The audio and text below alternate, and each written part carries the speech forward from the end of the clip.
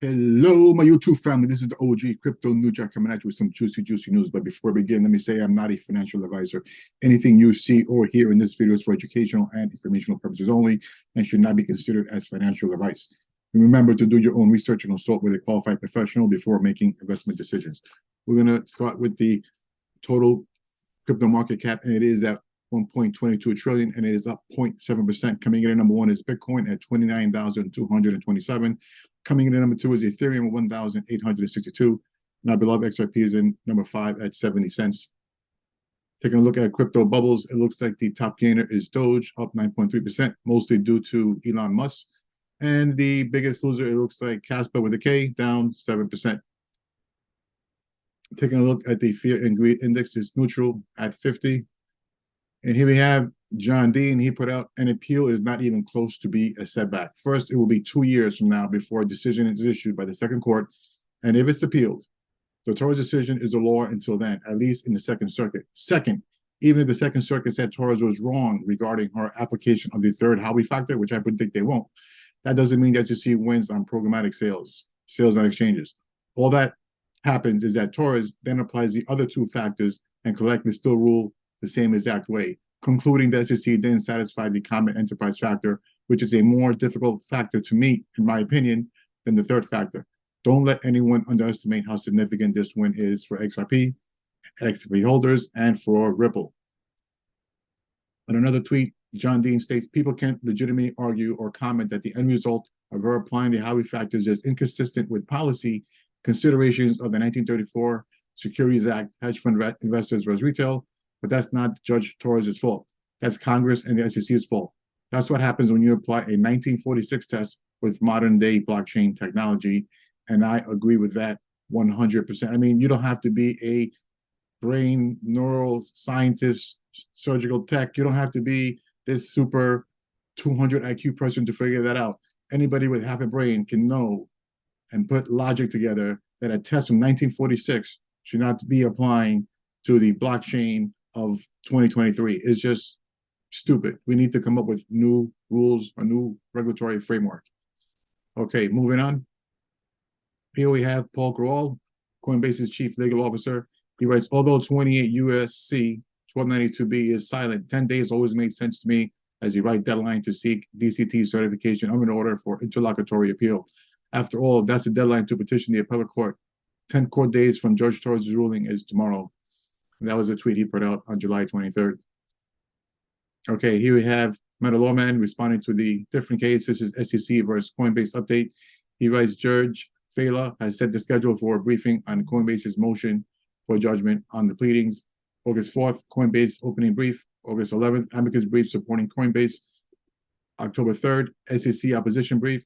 October 10th, amicus brief supporting SEC. And October 24th, Coinbase reply brief. Okay, I'm not going to go through the long thread, but you can look it up if you want to. Okay, shout out to Chad. He writes, July 13th, SEC ends case. 7 days later, July 20th, Fed now begins. 7 days later, July 27th, regulations markup. Coordinated? Possibly. Okay, here we have Minus Wells. Shout out to him. He put out this video with Joel Katz talking about the automated market makers. Let me play the video. On the topic of Ripple and the XRP ledger, addressing the elephant in the room, and kind of building into our talk about real-world asset tokenization. How has the recent so-called partial victory in the case brought by the SEC against Ripple affected the ability to proceed with developments such as real-world asset tokenization on the XRP ledger? I mean, it's been a huge milestone. It's gonna help many players in the crypto space, particularly exchanges that do business in the United States. I don't think it's going to significantly affect Ripple's ability to do any of the things that Ripple's doing, and I don't think it's going to significantly affect the XRP ledger's ability to do any of the things the XRP ledger is doing. The biggest practical effect is that exchanges relisted XRP, presumably given the timing, it's presumably in response to this, in a public statement, it's presumably in response to this ruling, which makes it easier for people to, makes it more liquid, makes it easier for people to transact with it. But I don't think it's going to make significant differences in Ripple's ability to do what Ripple wants to do, and it certainly shouldn't affect anybody who wants to use the XRP ledger and their ability. And again, this was a pretty significant milestone, so better. Yeah, and beyond that milestone, what's next for the XRP ledger? How can you achieve that, and what's your plan to achieve that next level of widespread adoption? Well, one of the things that I'm very personally excited about is XLS30, which is an automated market maker, which fits really nicely in with the other features that the XRP Ledger has. I think another big thing you're going to see is the same technology that's used in the XRP Ledger being used for other projects that have similar needs. You're going to see that with stablecoins. You're going to see that with tokenization of assets like real estate. People who don't want to be, not everything needs to be on the same blockchain. And I think replicating that technology to have side chains that are application specific is going to be interesting.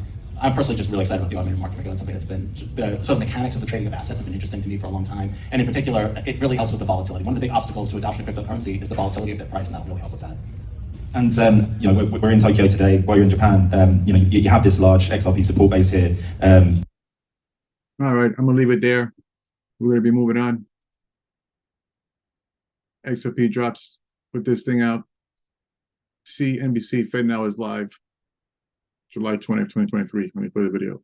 In your bank account, the Federal Reserve announcing it has gone live with its new FedNow instant payment system, a system that should allow households and businesses to send payments and receive money immediately without those troubling 3-day holds on checks and waiting for payments to clear in the sender's account and waiting for the bank to open on Monday or after a holiday. The FedNow system is an instant payment system. It's available 24/7, 365 days a year. To begin with, 35 banks and 16 service providers have already signed up. Those banks include things like JP Morgan and Wells Fargo, as well as smaller credit unions and other banks. Unclear if the banks are going to charge for this instant payment. They are charged, but they may or may not pass that along to consumers. Fed Chair Jay Powell saying in a press release, over time, as more banks choose to use this tool, the benefits to individuals and businesses will include enabling a person to immediately receive a paycheck or a company to instantly access funds when an invoice is paid. This doesn't eliminate the PayPals and the Venmos of the world or Zelle. Theoretically, they could use the FedNow system, which is a bank-to-bank system, to send payments, but it's unclear, guys, if those services now face a new challenge from banks of all sizes that can offer similar services. Sarah? But bottom line, faster payments, good for consumer, right, Steve? I think so, Sarah. That's exactly right. I think you get there and you don't have those holds on the checks. Mm-hmm. Look, if you have money in your account and you send money to somebody else with an account, obviously they can take that money out, but there's actually a hold on that account. It's really for people who don't have that money on account. Say a small business guy who's doing a big project gets a payment, has to wait till that payment clears. It could really help them out. Okay, moving on. Watch your group put this thing out. U.S. Congressman Warren Davidson calls to ban and criminalize central bank digital currency. It says that he has called to ban CBDC and also criminalize any efforts to design, build, and establish it. Okay, moving on. Linda P. Jones put this out. This is the sound thinking I am used to in the financial world. Not knowing the creator, holders, and users of an asset disqualify it from legitimacy and investment consideration. Finally, someone speaks the truth. Let me play the video. Bitcoin has been on a tear. How bullish are you on Bitcoin and cryptocurrency, and how much do you believe they will fundamentally transform our economy? When we talk about blockchain, we come back and talk about the infrastructure. That's the highways and the pipes that are necessary for Bitcoin, but they're necessary for many other applications, and I think they're very useful, and I'm very bullish on them. When you talk about Bitcoin in itself, I don't have a strong opinion on Bitcoin. In essence, I'm not a strong believer in Bitcoin. It is a developing asset, potentially. And for all the reasons it's a strong developing asset class, it may fail. Remember, part of the integrity of an asset class or part of the integrity of a system is knowing who owns it and knowing who has it and knowing why it's being transferred. And is it being used for legitimate causes? Is it being used for good? Or is it being used for illegitimate causes? Is it being used in corrupt practices and corrupt ways? The Bitcoin system today has no transparency to it. So there are a lot of people that question, why would you need a system that does not have an audit trail, does not have integrity? You don't know who owns it. You don't know exactly how much exists today, how much has been mined, how much has been lost, how much has been thrown away on hard drives because they don't exist anymore. So it lacks some of the basic integrities of a real market. Well, I don't have anything to add to that, and I'm gonna leave that right there. Enough said. Okay, moving on. Shout out to Cointelegraph. They put out "Don't Miss Scaramucci's take on Ripple's legal victory against the SEC and which crypto assets will benefit." Let me play the video. I think the SEC will eventually lose Solana, Aptos, Algorand. I think those things survive. What is the broader significance of the XRP ruling? Which other crypto assets could benefit from it? And does it mean that the crypto industry can successfully fight back against the SEC crackdown? There's no reason why Bitcoin couldn't be a 10x asset from here. Okay, moving on. Shout out to the digital asset investor. He writes, shout out to all you crypto legal analysts out there. Can you take a 29-second break from talking about the Ripple's partial victory and how the case could be appealed to give me a legal analysis of what is based on the judge's ruling? Is this serial issuance of illegal securities? If so, when 3-year SEC lawsuit? And let me play this video. And we also have a bunch of business lines that make some small amounts of money and some make big amounts of money. So the consulting arm, multi-tens of billions of dollars. We do token launches. Have you heard of token launches? Some of them have done well over the year or years. And so we have a bunch of our own projects that we've token launched, and we token launched third-party projects. And, well, if the SEC wanted a slam dunk case on a ICO, illegal securities offerings, they got it right here. But for some reason, they're not looking. Okay, moving on. Bitcoin News put this thing out. U.S. House and Senate reach a bipartisan agreement on a cryptocurrency bill that will require crypto exchanges to register with the Commodities Futures Trading Commission and create a new regulatory framework for Bitcoin and the entire alt industry. And that is just wonderful to see. And on the same note, moving on, Ron Hammond put out This Week in Congress and Crypto, nearly 5 years after various group of bipartisan lawmakers got together to work on a regulatory framework for crypto, we are now at the cusp of Congress moving various crypto regulatory bills. Here's what's on deck. Just going to read the top four. Number two, bill number one, clarity for the Payment Stablecoins Act of 2023, an effort that started with the scrutiny of Libra and spearheaded by Rep. Maxine Waters in 2022. The problem is it is seeking to solve Terra implosion, the Tether reserves, and FTX/Binance commingling of customer funds. Number three, the hang-up still remains the role of state versus federal regulators. On this fight, we see state regulators with stablecoin frameworks like the NYDFS versus banks, which has split the Ds, it seems. Interesting note is California is working on their own stablecoin regime.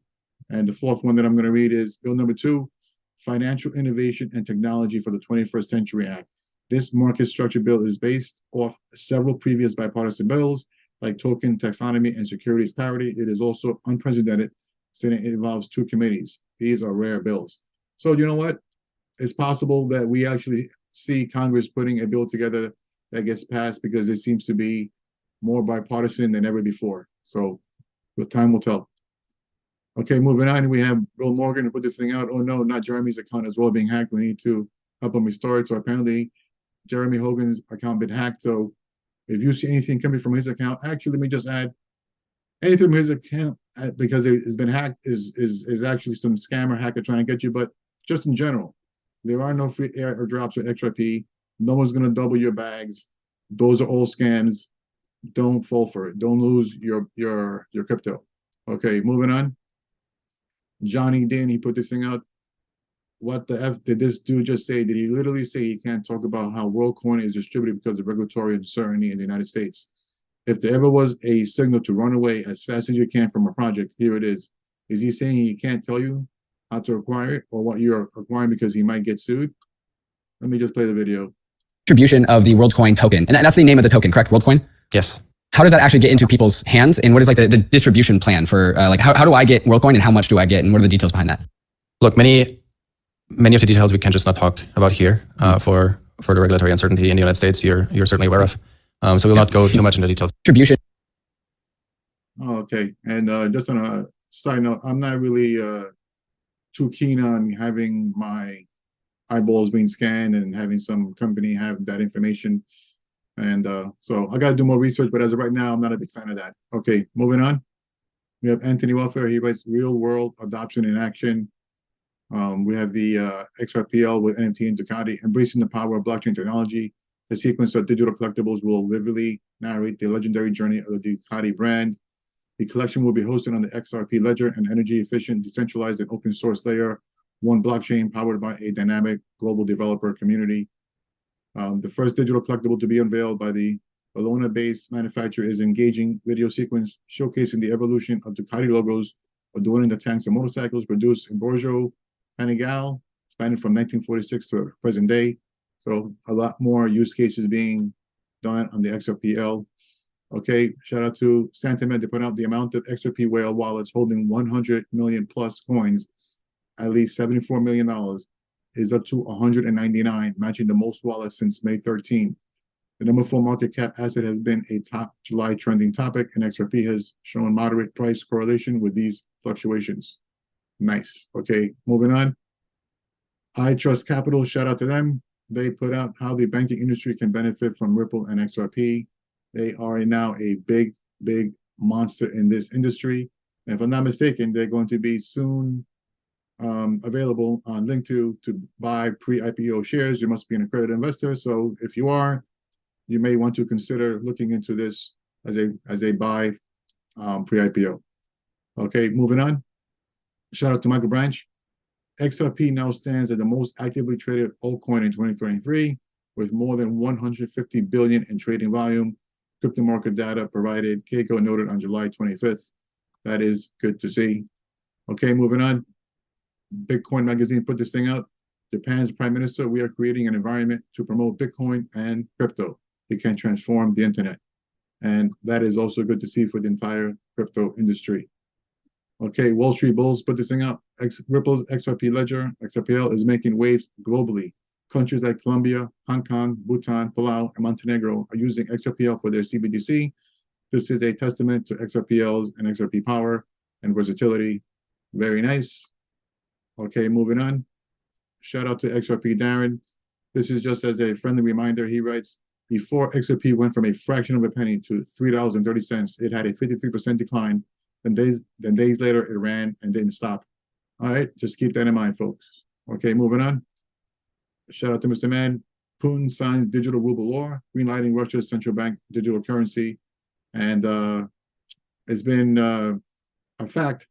Not sure this is going to run an XRPL, but Ripple was in Russia, I think, as far back as 2014, where they were looking into that. So we'll keep that in mind. Okay, moving on. This is Wheezy. He put this thing out. Maybe it doesn't make sense to your token, but to XRP, it makes perfect sense. Let me play the video. And the fact that, quite a few crypto lawyers are even saying that the appeal itself, the decision itself, doesn't really make a lot of sense to them. I think most likely a lot of attorneys, a lot of projects are going to say, okay, we're going to have to continue waiting and seeing, and either A, hope that Congress does something more concrete in that time, or B, see if the SEC itself decides to provide some rulemaking or other forms of guidance that they can point to. I'm sure some people are going to say that, yes, this is the... Okay, moving on. Shout out to the digital asset investor. He writes, the XRP army has a long memory, and we are fully aware the part Coin Center played in Bitcoin favoritism by regulators. And from what I understand, because I wasn't in the space back then, but it was a big FUD campaign, bunch of XRP haters, and you know what? It wasn't a level playing field. And hopefully, after this ruling, we will eventually get to a level playing field, and the market will decide who are the winners. Okay, moving on. Shout out to Crypto Meme Guy. Remember the time when Jay Clayton was SEC chair and gave the crypto market clarity? Yeah, me neither. That was pretty good. Okay, shout out to Cypress Domenicore. This guy always has some fire. Can't say it enough.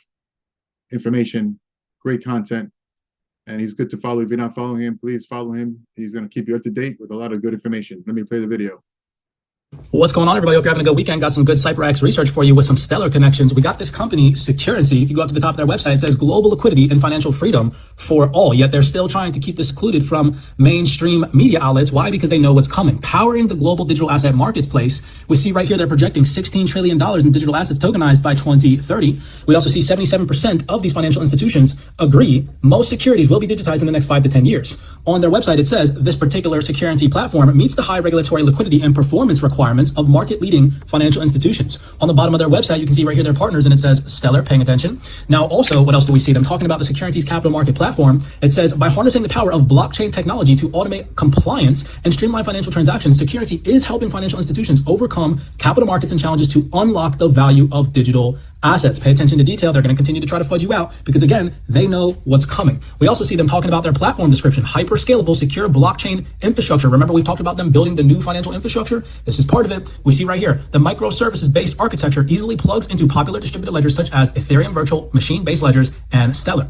Interoperability among ledgers is enabled through a series of unique patent bridges that allow tokens to easily move across digital ledgers and legacy systems while retaining their inbuilt compliance characteristics. This is absolutely massive, beautiful Stellar connection. Happy Sunday. Hope you all are alive and thriving. Be cognizant, be aware out there, be safe, and I'll see you guys in the next video. Nice. Very good to see. Okay, moving on. Here we have it in the video. Shout out to Mr. Mann. There are trillions and trillions and trillions coming to this new space in the form of tokenized assets. Let me play the video. Memorandum of understanding to establish our digital asset custodian called Zodia here in the DIFC. Now, 5 years ago, we weren't talking about a digital asset custodian in Senator Hunter. How big can that be, Bill? You know, this is becoming a hub for for crypto, it's very, very clear it's an ambition. So from an MOU to dollars, tell me what it can be. So we have Zodia is our digital asset custodian, and I do make the distinction between digital assets and crypto. Okay. So today, I mean, crypto is the bulk of what is digital assets today. When we look forward 5 or 10 years from now, I think we'll find vast swathes of the financial architecture that has been tokenized. That could include central bank digital currencies, which of course exist to some extent so far, but they're quite small at this point. Stablecoins, tokenized real assets, whether it's, I mean, Jenny talks about effectively the digitization or tokenization of money market funds, right? These are trillions and trillions and trillions of dollars that could find themselves in tokenized form. And there's an underlying infrastructure that's different for distributed ledger technology relative to the current state of play.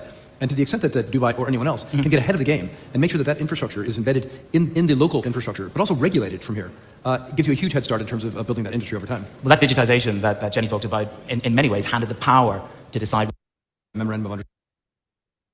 And there you have it, folks. And it is, in my humble opinion, that a lot of that digitization of tokenized assets are going to find their way to the XRPL.